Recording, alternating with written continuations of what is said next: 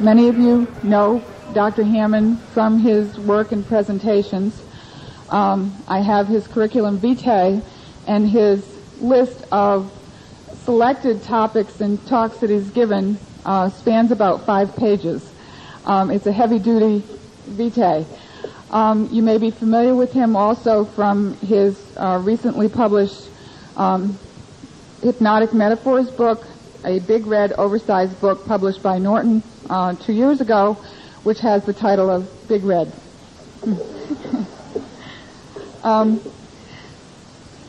His education is that he took his BS, MS, and PhD from the University of Utah, the PhD in counseling psychology, educational psychology, and the psychology departments.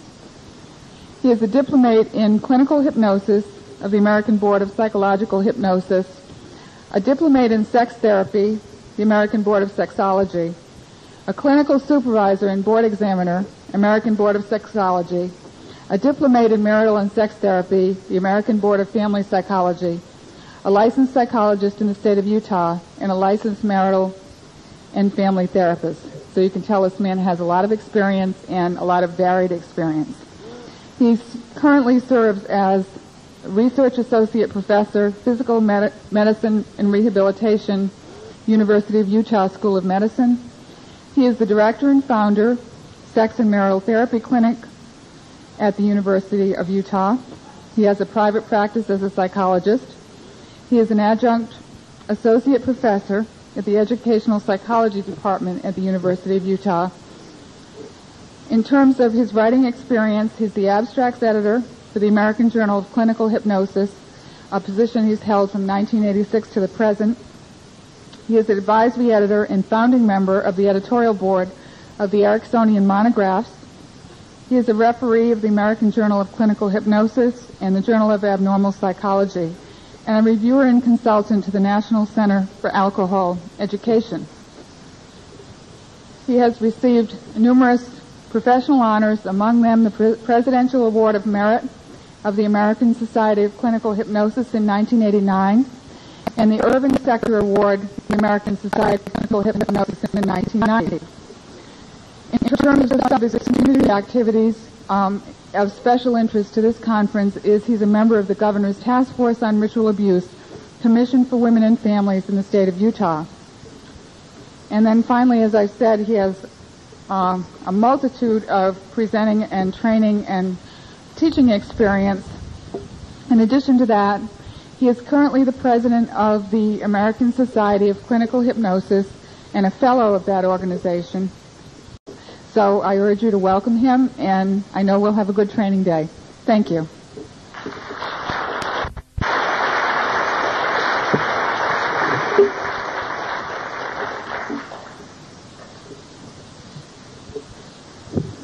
We've got a lot to cover today, and let me give you a rough approximate outline of the things that I'd like us to get into. First, let me ask, how many of you have had at least one course or workshop on hypnosis? Can I see the hands? Wonderful. Okay, makes our job much easier. Okay. I want to start off by talking a little about trance training and the use of hypnotic phenomenon with an MPD dissociative disorder population. To talk some about unconscious exploration, methods of doing that. The use of imagery and symbolic imagery techniques for managing physical symptoms, input overload, things like that. Before the day is out, I want to spend some time talking about something I think has been completely neglected in the field of dissociative disorders, and that's talking about methods of profound calming for autonomic hyperarousal that's been conditioned in these patients. We're going to spend a considerable length of time talking about age regression and abreaction and working through of trauma. I'll show you with a non-MPD patient some of that kind of work and then extrapolate from that of what I would do similar and different with MPD cases. Part of that I would add, by the way, is that I've been very sensitive through the years about taping MPD cases or ritual abuse cases. Part of it being that some of that feels a little like using patients, and I think that this population has been used enough, and that's part of the reason by choice that I don't generally videotape my work with them. Also, I want to talk a bunch about hypnotic relapse prevention strategies, post-integration therapy today. And finally, I'm hoping to find somewhere in our time frame to spend an hour or so talking specifically about ritual abuse and about mind control programming and brainwashing, how it's done, how to get on the inside with that, which is a topic that in the past I haven't been willing to speak about publicly, have done that in small groups and in consultations, but recently decided that it was high time that somebody started doing it. So we're going to talk about specifics there.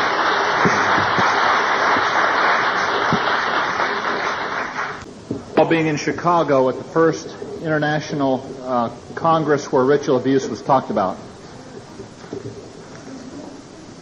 And I can remember thinking, how strange and interesting.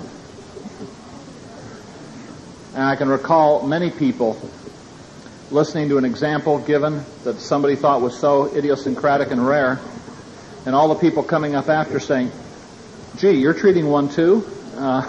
You're in Seattle. Well, I'm in Toronto. Well, I'm in Florida. Well, I'm in Cincinnati. I didn't know what to think at that point. It wasn't too long after that, and I found my first ritual abuse patient in somebody I was already treating, and we hadn't gotten that deep yet. Things in that case made me very curious about the use of mind control techniques and hypnosis and other brainwashing techniques. So I started studying brainwashing and some of the literature in that area, and became acquainted with, in fact, one of the people who had written one of the better books in that area. And then I decided to do a survey. And from some of the ISS and P&D folks, I picked out about 12 therapists that I thought were seeing more of that than probably anyone else around. And I started surveying them. And the interview protocol that I had got the same reaction almost without exception. The therapist said, you're asking questions I don't know the answer to. You're asking more specific questions than I've ever asked my patient. Many of those same therapists said, let me ask these questions and I'll get back to you with the answer. Many of them not only got back with answers, but said, you got to talk to this patient, or these two patients. And I ended up doing hundreds of dollars worth of telephone interviewing. What I came out of that with was a grasp of a variety of brainwashing methods being used all over the country. And I started to hear some similarities. And whereas I hadn't known to begin with how widespread things were, I was now getting a feel that there were a lot of people reporting some similar things, and that there must be some degree of communication here. Then approximately 2.5 years ago, I had some material drop in my lap. My source was saying a lot of things that I knew were accurate about some of the brainwashing, but was telling me new material I had no idea about. At this point, I took and decided to check it out in 3 ritual abuse patients I was seeing at the time. 2 of the 3 had what they were describing in careful inquiry without leading or contaminating. And the fascinating thing was that as I did a telephone consult with a therapist that I'd been consulting for quite a number of months on an MPD case in another state, I told her to inquire about certain things. And she said, well, what are those things? And I said, I'm not going to tell you because I don't want there to be any possibility of contamination. Just come back to me and tell me what the patient says. She called me back 2 hours later, said, I just had a double session with this patient. And there was a part of them that said, we're so excited. If you know about this stuff, you know how the cult programmers get on the inside, and our therapy is going to go so much faster. Many other patients since have had a reaction of wanting to pee their pants out of anxiety and fear rather than thinking it was a wonderful thing. But the interesting thing was that she then asked, what are these things? They were word-perfect, same answers that my source had given me and my own patients. 2 out of my 3 patients had given me. I've since repeated that in many parts of the country. I've consulted in 11 states and 1 foreign country, in some cases over the telephone, in some cases in person, in some cases giving the therapist information ahead of time and saying, be very careful how you phrase this. Phrase it in these ways so you don't contaminate. In other cases, not even giving the therapist information ahead of time so they couldn't.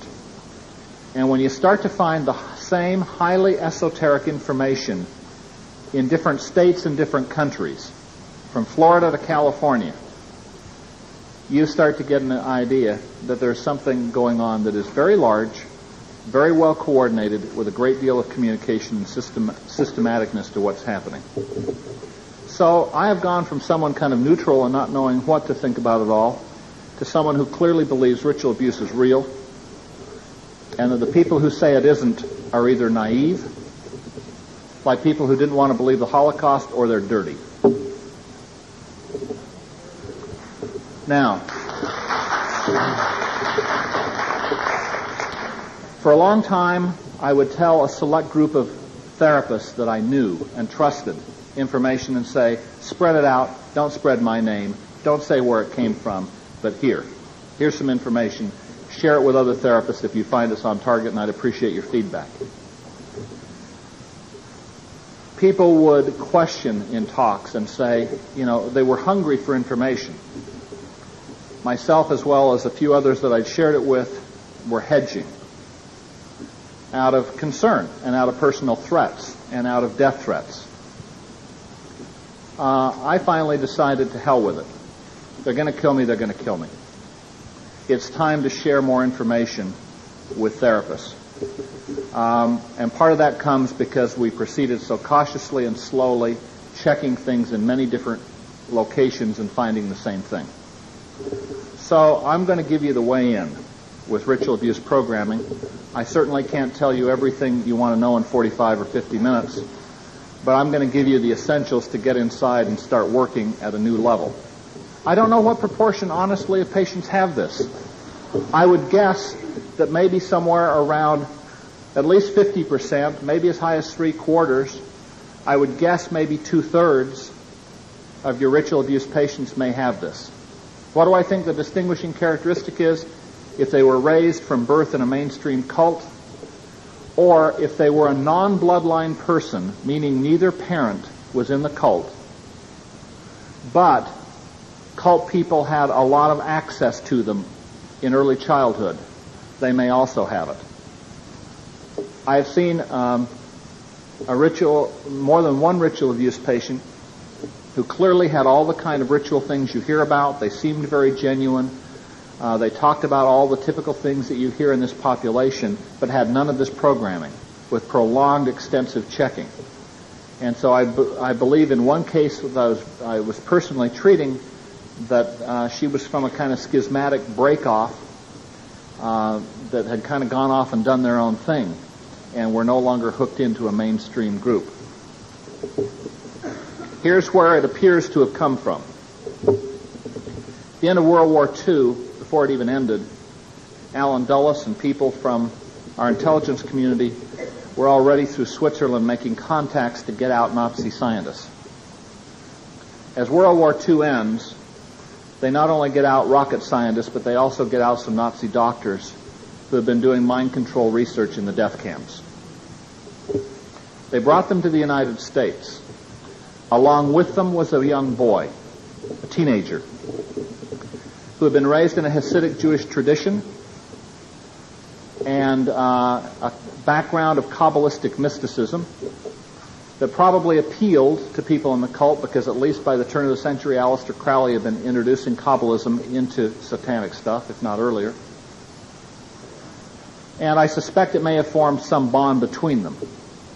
But he saved his skin by collaborating and being an assistant to them in the death camp experiments. They brought him with them. And they started doing mind control research for military intelligence in military hospitals in the United States. And the people that came, the Nazi doctors, were Satanists. Subsequently, the boy changed his name, Americanized it some, obtained an MD degree, became a physician, and continued this work, and appears to be at the center of the cult programming today.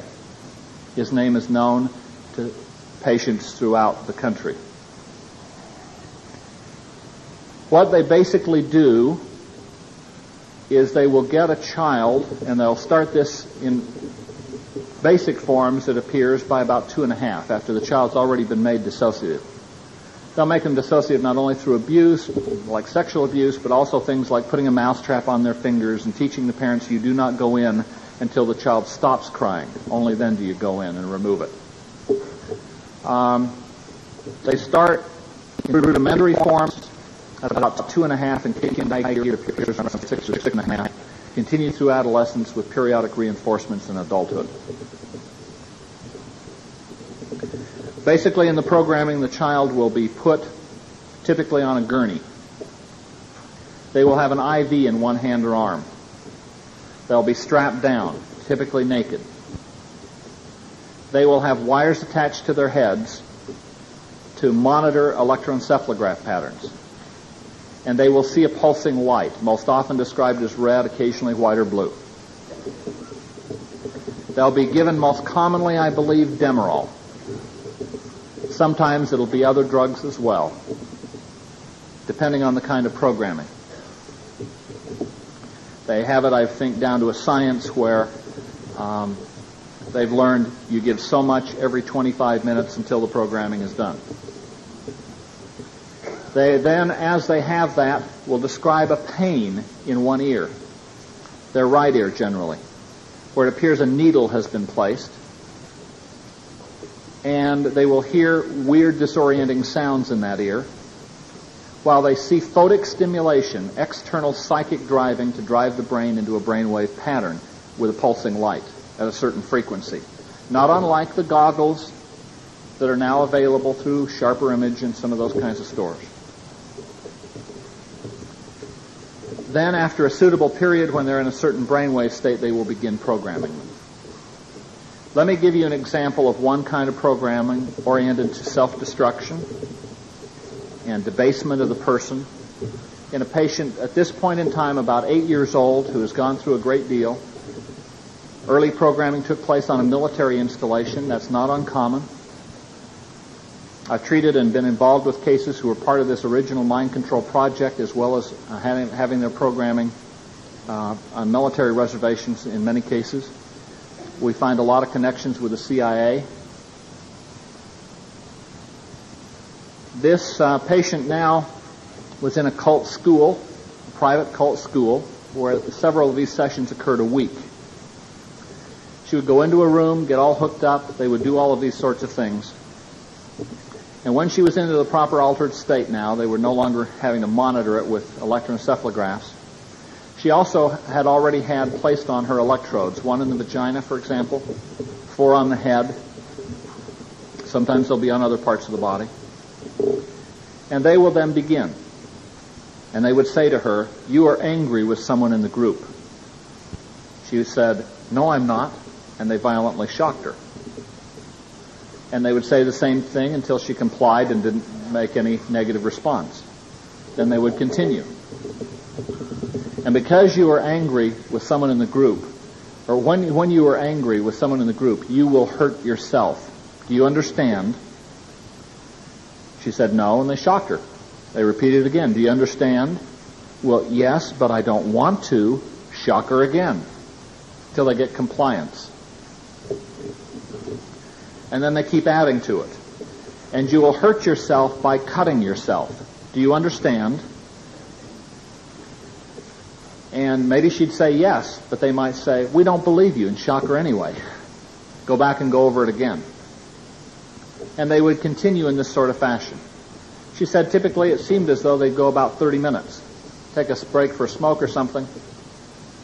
Come back. They may review what they'd done and stop, or they might review what they'd done and go on to new material. She said the sessions might go a half an hour, they might go 3 hours. She estimated 3 times a week.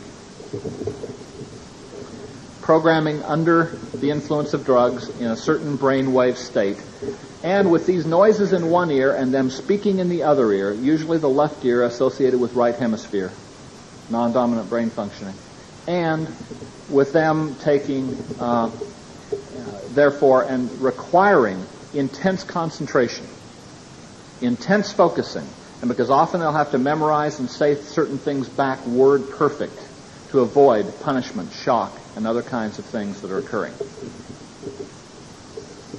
This is basically how a lot of programming goes on. Some of it will also use other typical brainwashing kinds of techniques. There will be very standardized types of hypnotic things done at times. There will be sensory deprivation, which we know increases suggestibility in someone. Not total sensory deprivation. Suggestibility has significantly increased from the research. It's not uncommon for them to use a great deal of that, including formal sensory deprivation chambers before they do certain of these things. Now, let me give you, because we don't have a lot of time, as much practical information as I can. The way that I would inquire as to whether or not some of this might be there would be with ideomotor finger signals after you've set them up. I would say,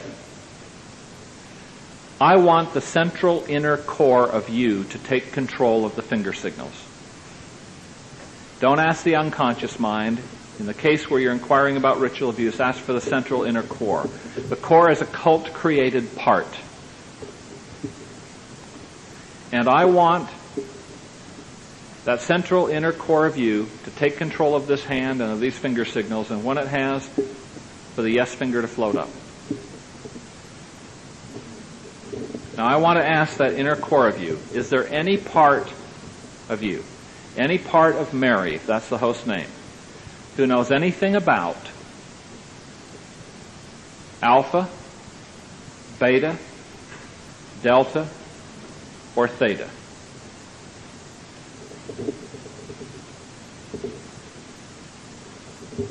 If you get a yes, it should raise a red flag that you might have someone with formal, intensive brainwashing and programming in place. I would then ask and say, I want a part inside who knows something about alpha, beta, delta, and theta to come up to a level where you can speak to me. And when you're here, say, I'm here. I would not ask if a part was willing to. No one's going to particularly want to talk about this. I would just say, I want you some part who can tell me about this to come out. Without leading them, ask them what these things are. I've had consults where I've come in and sometimes I've gotten a yes to these. But as I've done exploration, it appeared to be some kind of compliance response or somebody wanting, in 2 or 3 cases, to appear maybe that they were ritual abuse or something, and maybe they were in some way. But with careful inquiry and looking, it was obvious that they did not have what we were looking for. Let me tell you what these are.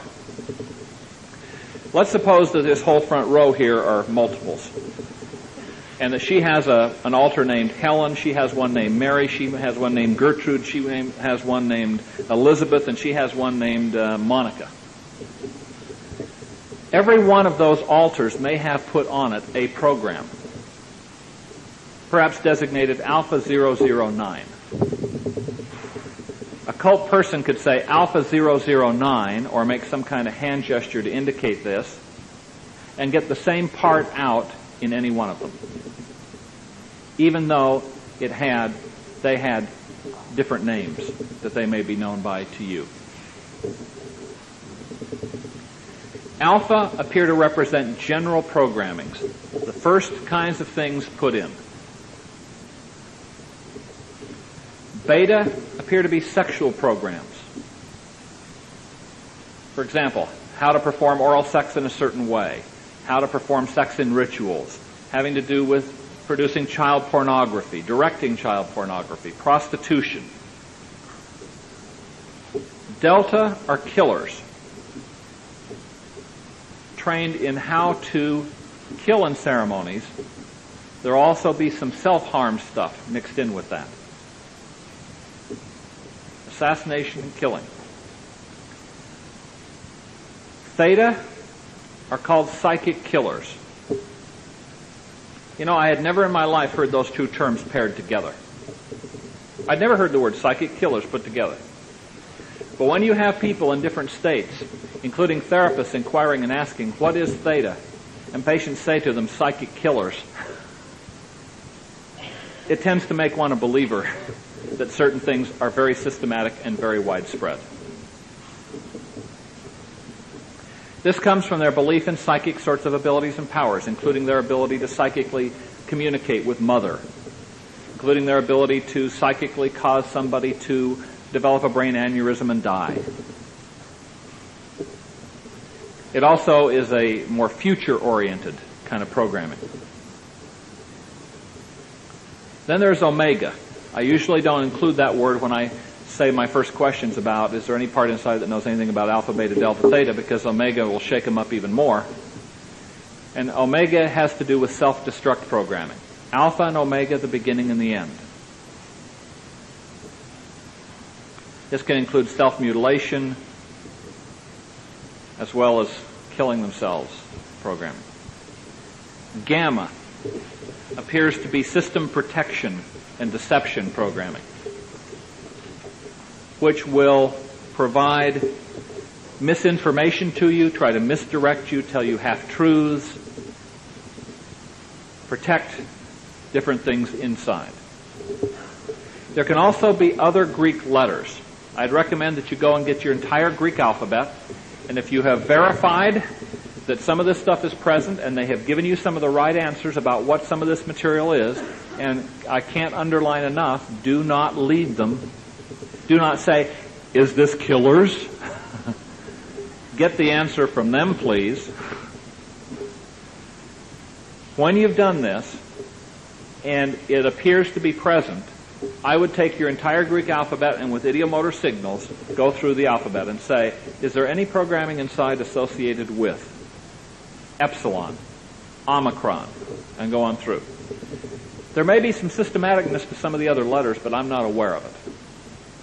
I found, for example, in one case, zeta had to do with the production of snuff films that this person was involved with. With another person, omicron had to do with their linkage and associations with drug smuggling and with the mafia and big business and government leaders. So there's going to be some individualism, I think, in some of those. Some of those are come home programs, come back to the cult, return to the cult programs. Here's the flaw in the system. They have built in shut down and erasure codes. So if they got into trouble, they could shut something down and they could also erase something. These codes will sometimes be idiosyncratic phrases or ditties. Sometimes they will be numbers. 1428, 3621, 964. Maybe followed by a word. There's some real individuality to that. At first I had hope, gee, if we get some of these, maybe they'll work with different people. No such luck. It's very unlikely unless they were programmed at about the same point in time as part of the same little group. Stuff that I've seen suggests that they carry laptop computers, the programmers, which still include everything that they did 20, 30 years ago in them, in terms of the names of alters, the programs, the codes, and so on. Now, what you can do is get erasure codes. And I always ask, if I say this code, what will happen? Double check. Is there any part inside who has different information? Watch your idiomotor signals. What I found that you can do is you can erase programs by giving the appropriate codes. But then you must abreact the feelings. So if you erase omega, which is often where I've started because it's the most high-risk area, afterwards I will get all the omega, what were formerly omega alters, together, so that we will abreact and give back to the host the memories associated with all the programming that was done with omega and anything any omega part ever had to do in a fractionated abreaction. They use the metaphor, and it is their metaphor, of robots. And that it is like a robot shell comes down over the child altar to make them act in a robotic fashion. Once in a while, internally, you'll confront robots. What I found from earlier work, and so I speed the process up now because I confirmed it enough times, is that if you can say to the core, core, I want you to look, there's this robot blocking the way in some way, blocking progress. Go around and look at the back of the head and tell me what you notice on the back of the head or the neck. I used to ask it very non-leading like that. And what was commonly said to me was that there were wires or a switch. And so I'll tell them, pull the wires or flip the switch and it will immobilize the robot. And give me a yes signal when you've done it. Pretty soon you get a yes signal. Great. Now that the robot is immobilized, I want you to open the robot and look inside and tell me what you see. There's generally one or several children. I have them remove the children, and I do a little hypnotic magic and ask the core to vaporize, to use a laser and vaporize the robot so nothing is left. They're usually quite amazed that this works, as have been a number of therapists. Now, there are many different layers of this stuff is the problem. And let me come over to the overhead and give some ideas about this. Okay. What we have up here are innumerable altars. I'll tell you one of the fascinating things I've seen. I remember a little over a year ago coming in to see some cases, some of the tough cases at a dissociative disorders unit of a couple of the finest MPD therapists in this country who are always part of all the international meetings, have lectured internationally. And as we work together, let's get that into focus here. As we worked together, and I looked at some of their patients, they were amazed at certain things because they had not been aware of this before. And as we worked with some of the patients and confirmed it there, I remember one woman who'd been inpatient for 3 years, still was inpatient. Another who had one intensive year of inpatient work with all the finest MPD therapy you can imagine. Ab reactions, integrations, facilitating cooperation, art therapy, on and on and on. Journaling. Intensively for one inpatient year, followed by an intensive year of outpatient therapy, 2-3 hours a week. In both patients, we found out that all of this great work had done nothing but deal with the altars up here and had not touched the mind control programming. And in fact, it was not only intact, but we found that the one who was outpatient was having her therapy monitored every session by her mother out of state over the telephone. And that she still had intact suggestions that had been given to her at a certain future time to kill her therapist. Now, one of the things that I would very carefully check is I would suggest that you ask the core, not just the unconscious mind. Ask the core, is there any part inside that continues to have contact with people associated with the cult? Is there any part inside who goes to cult rituals or meetings? Is there a recording device inside of Mary, if that's the host's name? A recording device inside so that someone can find out the things that have been said in sessions. This doesn't mean they're monitored. Many of them just simply have it. Is there someone who debriefs some part inside for what happens in our therapy sessions? I have the very uncomfortable feeling from some past experience that when you look at this, you will find the larger proportion of ritual abuse victims in this country are having their ongoing therapy monitored. I remember a woman who came in her, about 24 years old, claimed her father was a Satanist. Her parents divorced when she was 6. After that, it would only be when her father had visitation, and he would take her to rituals sometimes. Up until age 15, and she said, I haven't gone to anything since I was 15. Her therapist believed this at face value. We sat in my office. We did a 2-hour inquiry using hypnosis. We found the programming present. In addition to that, we found out that every therapy session was debriefed. And in fact, they had told her to get sick and not come to the appointment with me. Another one had been told that I was cult, and that if I came, she would know that I'd been told not to come and I would punish her. If anything meaningful comes out in a patient who's being monitored like that, from what I've learned thus far, they're tortured. with electric shocks, my belief is if they're in that situation, you can't do meaningful therapy other than being supportive and caring and letting them know you care a lot and you'll be there to support them.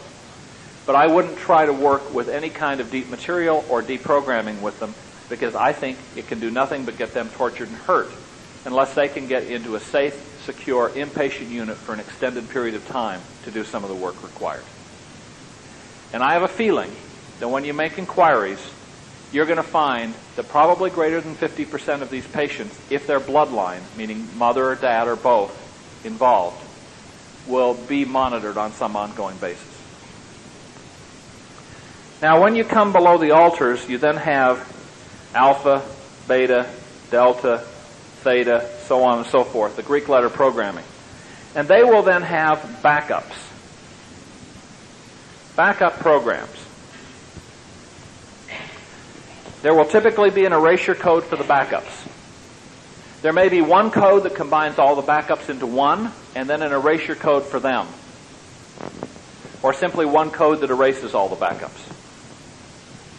So, I will get the code for, let's say, omega, and for all the omega backups at the same time. After I've asked about what will happen if I give this, I will give the code. And then I will say, what are you experiencing?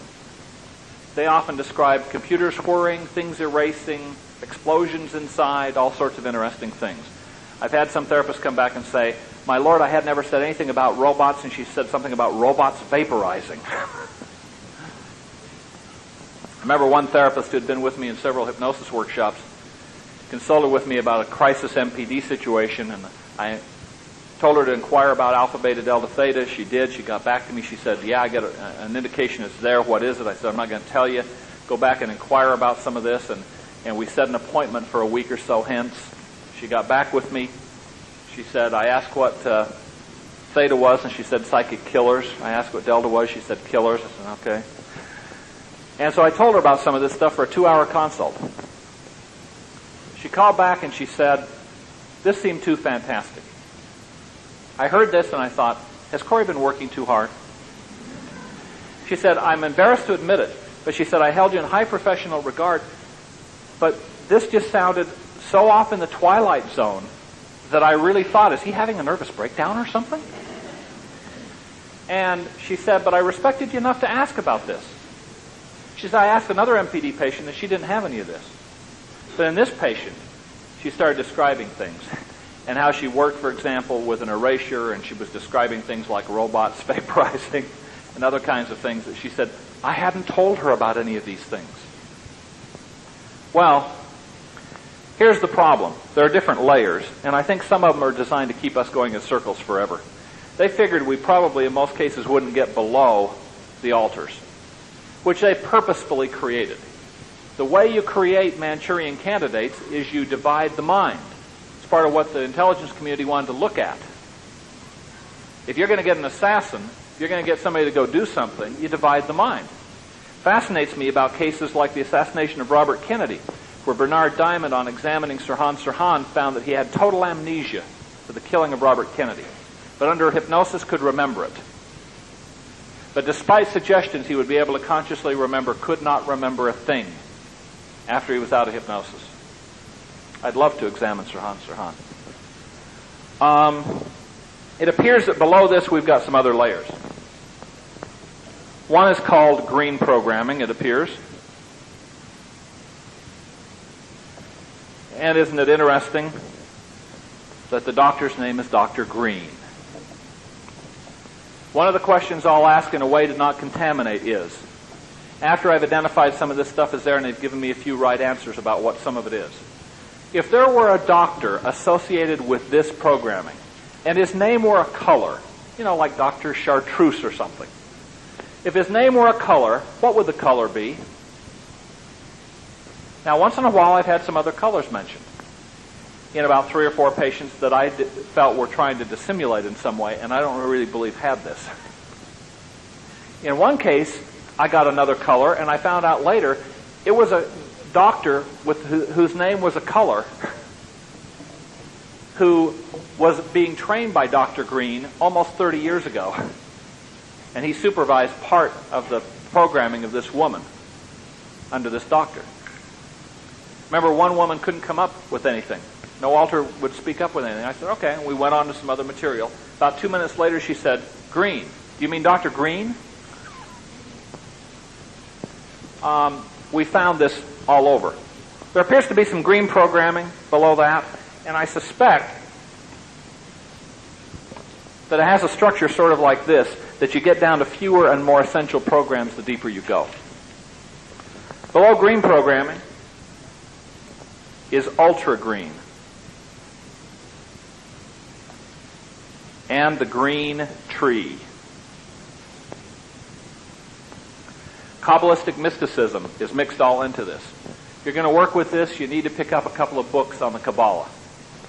One is by a man named Dion Fortune, D-I-O-N, Fortune, F-O-R-T-U-N-E, called the Kabbalah with a Q. Another is by Ann Williams-Heller. Ann Williams-Heller. And it is called the Kabbalah with a K, K-A-B-B-A-L-A-H, I believe. I knew nothing about the Kabbalah. It was interesting, a patient had sat in my waiting area, got there considerably early, and drew a detailed, multicolored Kabbalistic tree over 2 years ago. And it took me 2 months to figure out what it was. Finally showing it to somebody else, who said, you know, that looks an awful lot like the Kabbalistic tree. That rang a bell with some esoterica in an old book, and I dug it out. That was the background of Dr. Green. Now, the interesting thing about the green tree is his original name was GREENBAUM. What does GREENBAUM mean in German? Green tree. Ultra green and the green tree. I've also had patients who didn't appear to know that his original name was Green, volunteered that there were parts inside named Mr. GREENBAUM. Now let me give you some information. Let me give you some information about parts inside that may be helpful to you. You're going to inquire about these things.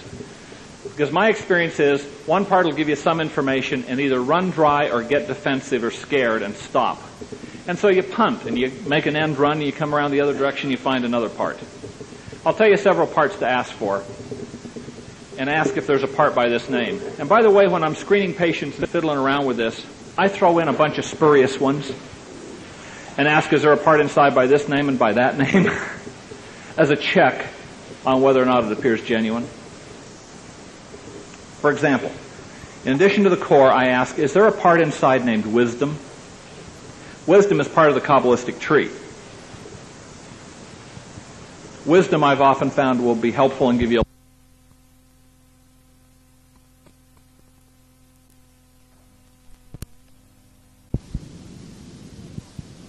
Is there a part inside named Diana? I mean, I may throw in all sorts of things. Is there a part inside named Zelda? I've never encountered one yet. Just to see what kind of answers we get. I try and do this carefully. Diana is a part that in the Kabbalistic system is associated with a part called the foundation. You can be fascinated to know that, remember the Process Church? Roman Polanski's wife, Sharon Tate, was killed by the Manson family who were associated with the Process Church. And a lot of prominent people in Hollywood were associated. And then they went underground, the books say, in about 78 and vanished. Well, they're alive and well in southern Utah. We have a thick file in the Utah Department of Public Safety documenting that they moved to southern Utah. North of Kanab, bought a movie ranch in the desert, renovated it, expanded it, built a bunch of buildings there, carefully monitored so that very few people go out of there and no one can get in, and changed their name. And a key word in their name is foundation. The foundation, and there's some other words. And foundation is part of the tree. So you can ask, is there something inside known as the foundation? I might ask other things to throw people off. Is there something known as the sub-basement? You know? Well, maybe they'll conceive of something. You know, is there something known as the walls? There are a variety of questions you can come up with to sort of screen some things. I've also found that there will often be a part called Black Master, a part called Master Programmer, and that there will be computer operators inside. How many of you have come on to computer things in patients? There will typically be computer operators. Computer operator black, computer operator green, computer operator purple. Sometimes they'll have numbers instead. Sometimes they'll be called systems information directors. And you can find out the head one of those. They'll often be a source of some information for you. I will ask inside, is there a part inside named Dr. Green? You'll find that there are, if they have this kind of programming, in my experience. And usually with a little work and reframing, you can turn them and help them to realize that they were really a child part who's playing a role and they had no choice then, but they do now. And that they played their role very, very well, but that they don't have to continue to play it with you because they're safe here. And that in fact, if the cult simply found out that you'd talked to me and that you had shared information with me, you tell me, what would they do to you? To emphasize that the only way out is through, and that they need to cooperate and share information and help me, and that I'll help them. So all of these parts can give you various information. Now they have tried to protect this very carefully. Let me give you an example with ultra green. I've discovered this, by the way, I used to think this programming was only in bloodline people. I've discovered it in bloodline people, but it's a bit different.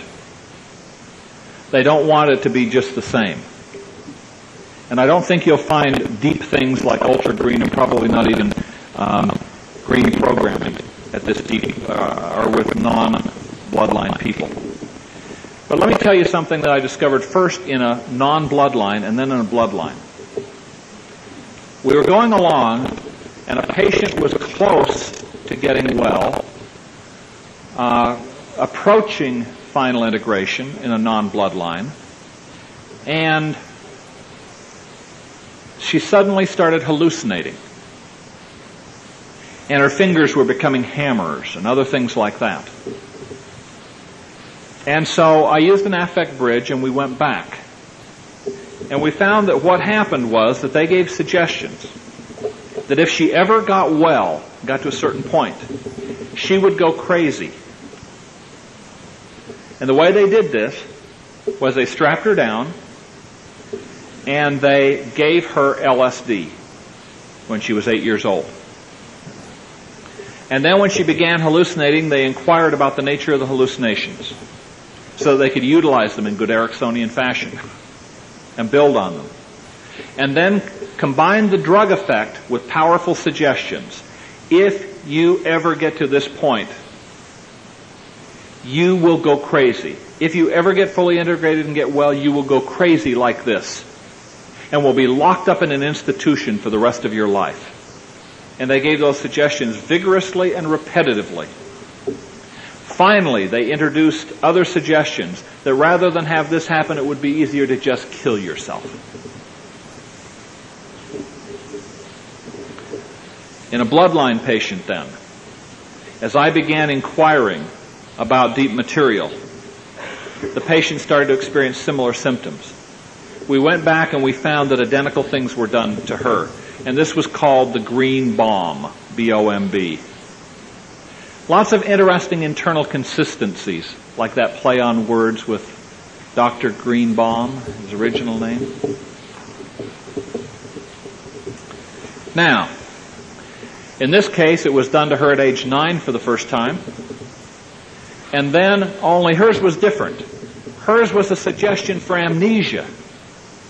If you ever remember anything about ultra green and the green tree, you will go crazy. You will become a vegetable and be locked up forever. And then finally the suggestions added, and it'll be easier to just kill yourself than have that happen to you. If you even remember it. At age 12 then, 3 years later, They used what sounds like an Amytal interview to try to breach the amnesia and find out if they could. They couldn't.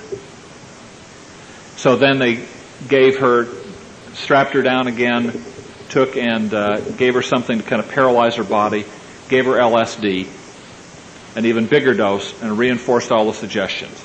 Did a similar thing at the age of 16. So these are some of the kind of booby traps you'll run into. There are a number of cases where they've combined powerful drug effects like this with a suggestion to keep us from discovering some of this deeper level stuff. What's the bottom? Your guess is as good as mine. But I can tell you that I've had a lot of therapists who were stymied with these cases. They were going nowhere. In fact, someone here that I told some basic information about this to in Ohio a couple of months ago said it opened all sorts of things up in a patient who'd been going nowhere. And that's an often common thing. I think that we can move down to deeper levels, and if we deal with some of the deeper level stuff, it may destroy all the stuff above it. But we don't even know that yet. And some of the patients I'm working with, we have pretty much dealt with a lot of the top level stuff, and I'll tell you how we've done some of that. We'll take and erase one system like omega. Then we will have a huge abreaction of all the memories and feelings in a fractionated abreaction associated with those parts. I typically find, and I'll say to them, now that we've done this, are there any other memories or feelings that any parts that were omega still have? The answer is usually no. At that point, I will say, I usually find that at this point in time, the majority, if not all of those parts that used to be omega no longer feel a desire or need to be different, realizing that you were split off originally by them and want to go home to marry and become one with her again. And I use the concept often now, which came from a patient, of going home and becoming one with her. Going back from whence you came is another phrase I'll use with them. Are there any omega parts inside who do not feel comfortable with that, or have reservations or concerns about that? If there are, we talk to them, we deal with them. A few may not integrate. My experience is most of the time they'll integrate, and we may integrate 25 parts at once in a polyfragmented complex MPD. I think it is vitally important to abreact the feelings before you go on. Also, many patients it hasn't seemed to matter the order we go in, but I found a couple where it has. If it doesn't seem to matter, I'll typically go omega, then delta because they have more violence potential, then gamma to get rid of the self-deception stuff. Well, what I will do before I just assume anything and do that is once we've done omega and showed them that success can occur and something can happen and they feel a relief after, I will say to them, I want to ask the core through the fingers, is there a specific order in which programs must be erased? Now, maybe it doesn't matter, but is there a specific order in which they must be erased? Most of the time I found no. There are cases where we found yes. I recommend doing one or two or three of those because they'll produce relief and a sense of optimism in the patient. But then I would recommend starting to probe for the deeper level things and getting their input and recommendations about the order in which we go. Question?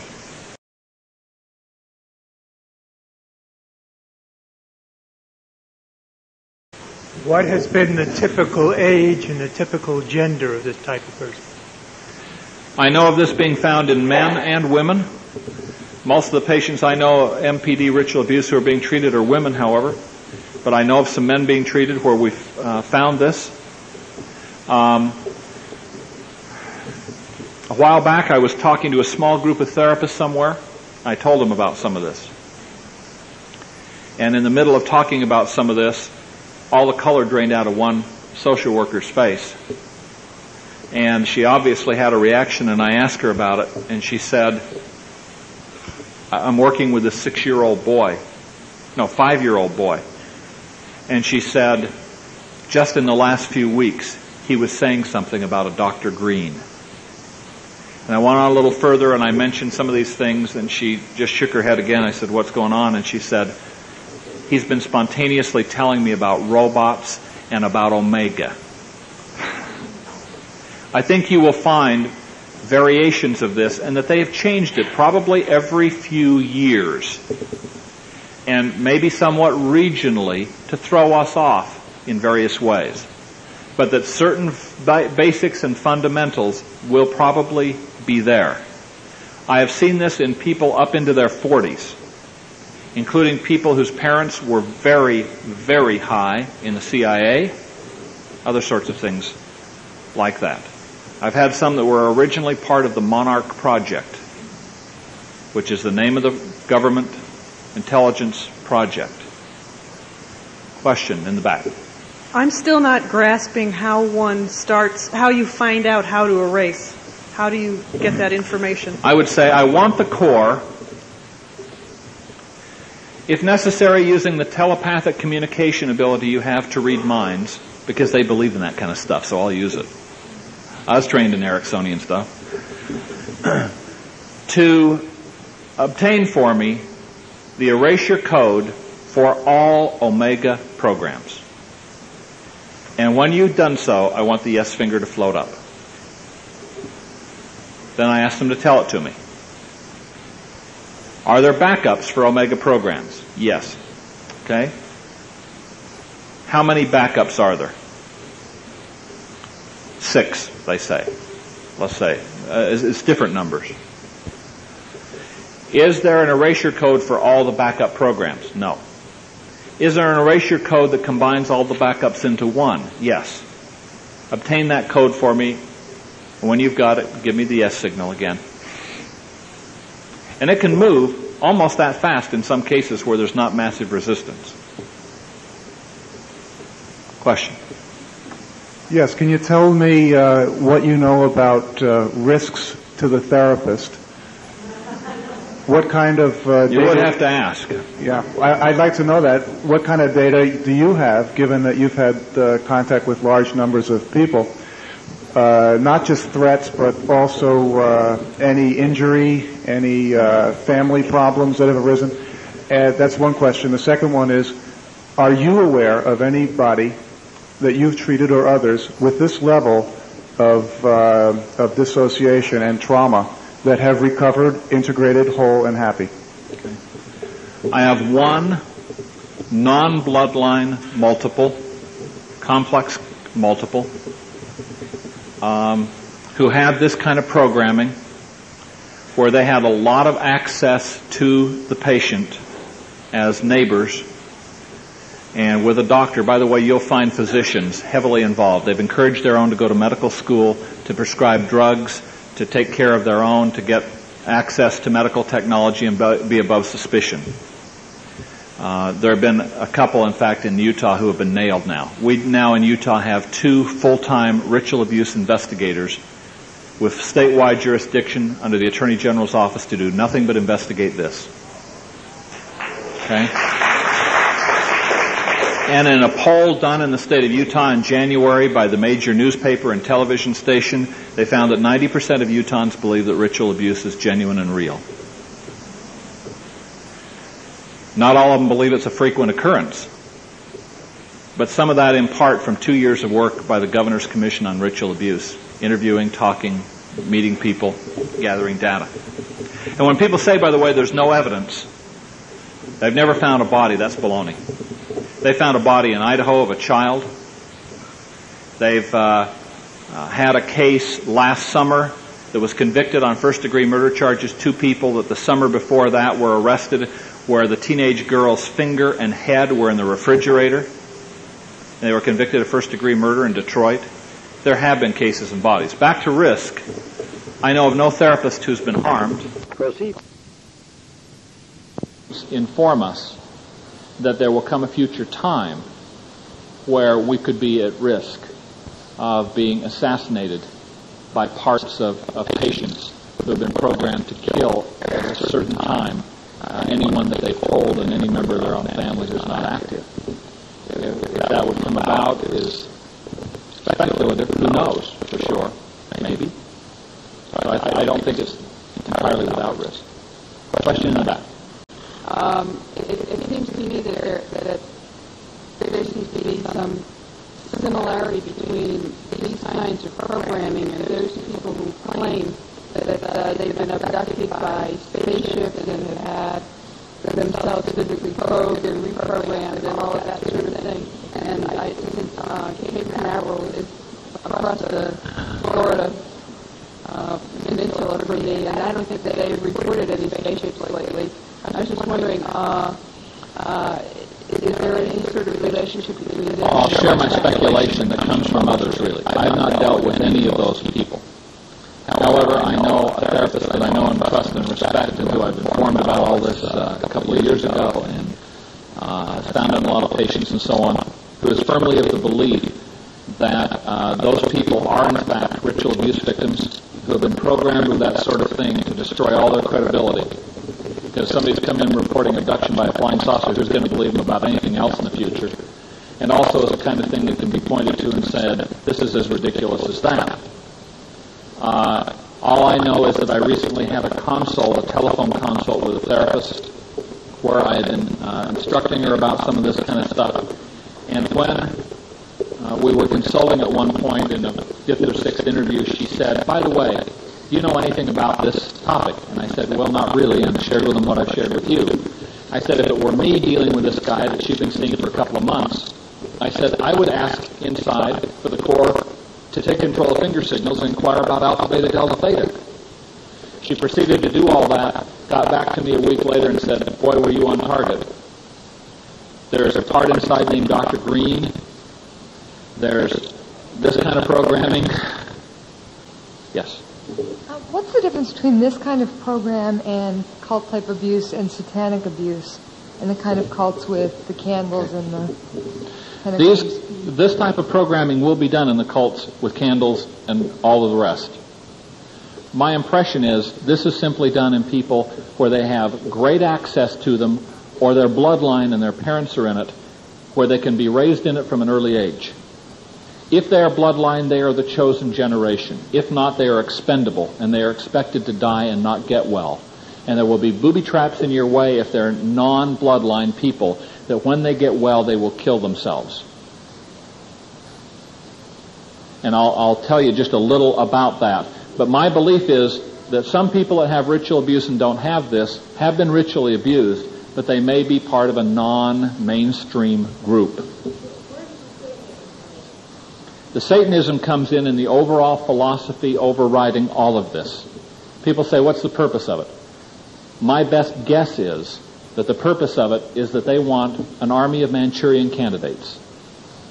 Tens of thousands of mental robots who will do prostitution, do child pornography, smuggle drugs, engage in international arms smuggling, do snuff films, all sorts of very lucrative things, and do their bidding. And eventually, the megalomaniacs at the top believe, create a satanic order that will rule the world. One last question, then I'll give you a couple more details, and we need to shift gears. You have suggested or implied that at some point, at a high level of the U.S. government, there was support for this kind of thing. I know we're short of time, but can you just say a few words about the kind of documentation that may exist for that suggestion?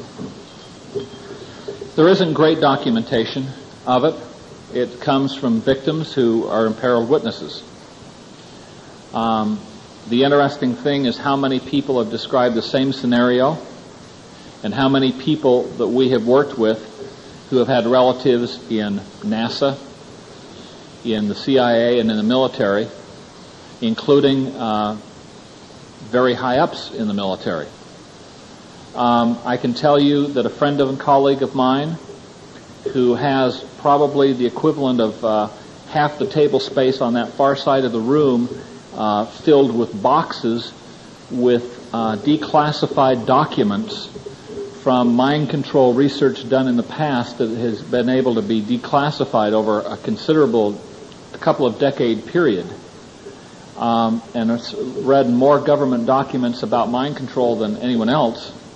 has a brief that has literally been sent in the past week and a half asking for all information to be declassified about the Monarch Project for us to try and find out more. Now, let me just mention something about some of the stuff that my experience is in several patients now that you may run into late in the process.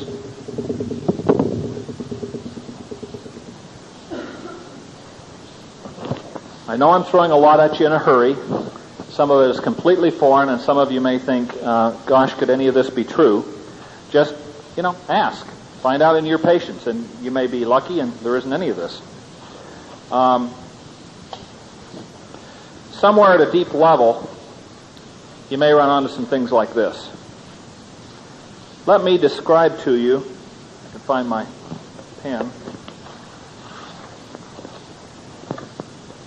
the system in one patient. One patient I had treated for quite a while, a non-bloodline person, and we had done what appeared to be successful work and reached final integration. And she came back to me early last year and said she was symptomatic with some things. I started inquiring. I found a part there we'd integrated. The part basically said there was other stuff that I couldn't tell you about, and you integrated me, and so I had to split off. I'd done some inquiring about things like alpha beta as a routine part of it and found they were there. And I said to this part, why didn't you tell me about this stuff? And she said, well, we gave you some hints, but they went right over your head. And so stuff started coming out. It was interesting. She described the overall system, if I can remember it now, as being like this. The circle represented harm to the body. A system of altars whose primary purpose was to hurt her, including symptoms like Munchausen's, self-mutilation, other kinds of things. Each of the triangles represented still another, different system. She said, with the exception of me, this one part, you dealt with the whole circle with the work that we did before, but you didn't touch the rest of the stuff. Okay. In the middle of all this was still another system consisting of the Kabbalistic tree, which some of you are aware looks approximately like this with lines in between and so on and so forth. There's a rough approximation. That represented another system. And then once we got past that, she implied that this entire thing was somehow encompassed by, what do you call it? An hourglass. And I kept thinking we were at final integration. And then I find some other parts. This person had an eagle-eye husband who was watching for certain things that we found to be reliable indicators. And so often I would get evidence of dissociation within a few days that would be subtly picked up. And what we found was I continued to find evidence of dissociation. And I'd find parts, and finally this part, as I kind of got angry with him and said, why when I give these idiomotor inquiries am I getting lied to? And this part said, because you don't understand. You're going to get us all killed. And we started talking, and then she basically said, it's been programmed so that if you succeed and think you've succeeded, you will fail.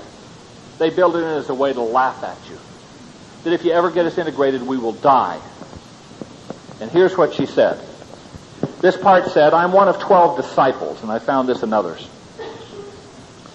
12 disciples within this hourglass, each of whom had to memorize a disciple lesson, which were basic satanic kind of premises and philosophies of life. Like, be good to those who hurt you, hate those who are nice to you, on and on and on. There may be 2 or 3 sentences like that associated with each. They'd had to memorize them. And they said, we are like grains of sand falling. And when the last grain of sand falls, there's death. I said, is death a part? Yes. When the last grain of sand falls, the sleeping giant awakens. Sleeping giant was death, who was then to kill them on day 1 or day 6 after awakening. unless certain things were followed, and we did some of those. Well, we also found death had a sister as a backup, used with mirrors to create the sister part. We had to get past and deal with that too. And then we found, and by the way, death had certain things that they said had to be done for them to integrate. And I started to say, oh, come on. They lied to you before. And she said, wait a minute. This is what they said you'd say. They said that no doctor would ever believe that they had to go to these extremes to get us well, and that's why part of the reason they'd fail. So, well, tell me again. She said, I have to be dressed all in red. I have to have Demerol on board. I've taken Demerol. I have to, a code has to be given, and it has to be in a room that's totally dark. And it has to happen on day 1 or day 6, after this part's been awakened. I said, what do I got to lose? As a psychiatrist, give her a little Demerol. We used the code. My office didn't have any windows anyway. It was pretty easy. Oh, and there had to be a couple, 3 or 4, I think, candles lit. Well, fine. So we did it, and everything went well. Maybe it would have gone well if we hadn't done it, but I decided not to take a chance. And to trust the patient, maybe. Well, so we go on, and then we find another part. There's death and destruction. Another backup, also with a sister, that we had to get through. In fact, I think there were 2 backups there. And interestingly, the very last part was an extremely nice part, made especially that way so that they wouldn't want to lose them, because they would be so adorable and so loving and so sweet that they wouldn't want to maybe get rid of them. And then we found that she continued to have these feelings, with this last part left now, of darkness and blackness inside. And what did we find? A curtain. She said they assumed that if you ever got to this point, you would, and along the way, by the way, we had encountered the stuff about the LSD stuff, the GREENBAUM programming.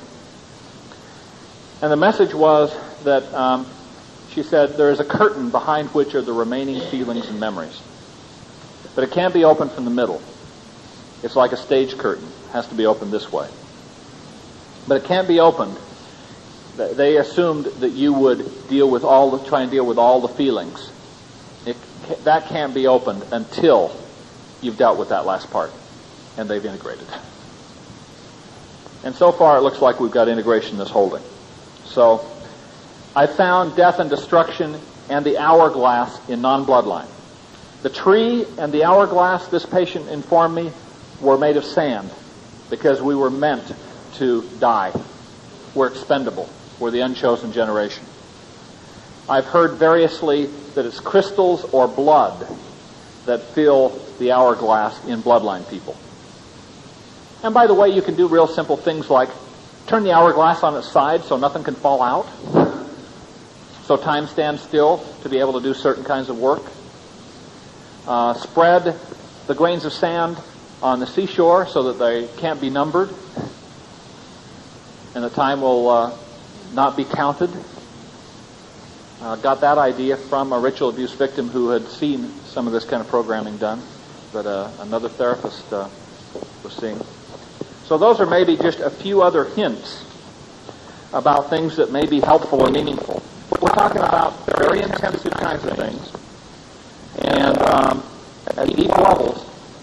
But to me, this gives us 2 things. One thing it gives to me is hope, because it gets the material and it makes progress like nothing else we've ever seen with these people who have it. The second thing it does for me is it demoralizes me too. Because I thought 3 years ago I had a pretty good idea about the extent and breadth of what they've done to these victims. I had no real appreciation of the depth and breadth and intensity of what they've done. Now, I want to come back to the other question over here now. The other question is how many of them can get well? We don't know. For most things in the mental health profession, we accept that 2/3 of patients are going to improve, maybe 70%. There's very little we can get everybody well. I think one of the sad things we have to face is that many of these patients will probably never be well. My personal belief is that if they are being messed with, their only hope of getting well is if they can somehow get out of contact. Now, I know patients who have gone to other states and simply had deep-level alters pick up the phone and call and say, this is our new address and phone number, so they can be picked up locally. I'm in an inpatient unit for an extended period of time. If they are in a cult from their area and they're still being monitored and messed with, my own personal opinion is we can't get them well and can't offer more than humanitarian caring and supportiveness. Lots of therapists do not like to hear that. That's my opinion. I believe that if somehow they're lucky enough to be wealthy enough, to have protection, to have somehow gotten away in some way, and we can work with them without being messed with, that they have a chance to reach some semblance of normality and livability with enough intensive work. My own personal belief is I don't think anybody with this kind of programming is well in this country yet. There are some who are well along the way. I've got a couple who are well along in their work and have done a tremendous amount, but they're clearly not well yet. What I can say is I now believe that ritual abuse programming is widespread, is systematic, is very well organized, from highly esoteric information which is published nowhere, has not been on any book or talk show, that we have found all around this country and in at least one foreign country. Let's take a couple of quick questions, and we need to get on to other material. Yes? Do you have any techniques for decreasing your level of uncertainty that a patient, you can't do it grammatically, but a patient is or is not being still tampered with, messed with, as you said? Just that I would ask several of the parts I've inquired about. Core, Diana, Wisdom, Master Programmer, several parts inside I would ask about these sorts of things. And I would keep asking it. As you do additional work and get a bit further, I would ask again to find out. I wonder if you've heard or you know of the Martin Luther bloodline. The what? Martin Luther bloodline? I know nothing about the Martin Luther bloodline. I'll give you one other quick tip. Ask them about an identification code. There's an identification code that people have. It will involve their birth date. It may involve places where they were programmed. And it will usually involve a number in there that will be their birth order, like 02 if they were second born. And it will usually involve a number that represents the number of generations in the cult if they are bloodlines. I've seen up to 12 now. 12 generations. I've seen a lot of the things you've been describing today in several patients. I wanted to ask you a question about the 7 systems. You mentioned something about systems here. Are there 7 systems? There have been that described in some patients, yes. The 7 systems. Could you say what that is, or a little about I don't think we know enough to know what it is. Honestly. I think it may have to do with 7 Kabbalistic trees. Have you ever had any evidence where any of these people have been tagged, and there have been anything on their body parts that might be related to this? Private parts in particular? Well, there's certainly people that have had tattoos, that have had a variety of other kinds of things, some of which have been, documented in cases. But I mean, to say, well, maybe they did that to themselves or had it done consciously. I mean, to really prove something, not that occurs to me right off the bat. Not a question, but I wanted to say, for myself personally and perhaps for others here as well, I wanted to thank you very sincerely for choosing this time to come forward. Welcome.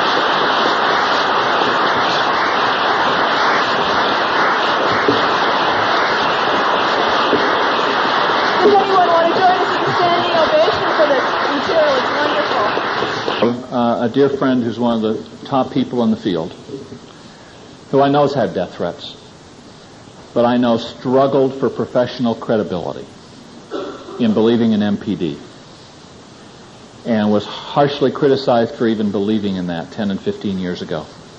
I think in his heart of hearts he knows it's true, but he will say things like, I wouldn't be surprised to find tomorrow it was an international conspiracy, and I wouldn't be surprised to find tomorrow that it is an urban myth and rumor.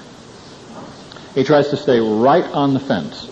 And I think the reason is because it's controversial, because there is a campaign underway saying these are all false memories induced by, along with incest and everything else, by Oprah and by books like The Courage to Heal and by naive therapists using hypnosis, and it's controversial. My personal opinion has come to be, if they're going to kill me, they're going to kill me, but there's going to be an awful lot of information that's been put away that'll go to investigative reporters and multiple investigative agencies if it happens, and an awful lot of people like you, I hope, that if I ever have an accident, will be pushing for a very large-scale investigation. I think we have to stand up out of some kind of moral conscience at some point, and I tried to wait until we had gotten enough verification from independent places to have some real confidence that this was widespread. I know we've gone like a house afire to try and pack as much as I could in for you. I hope it's given you some things to think about and some new ideas, and I appreciate being with you.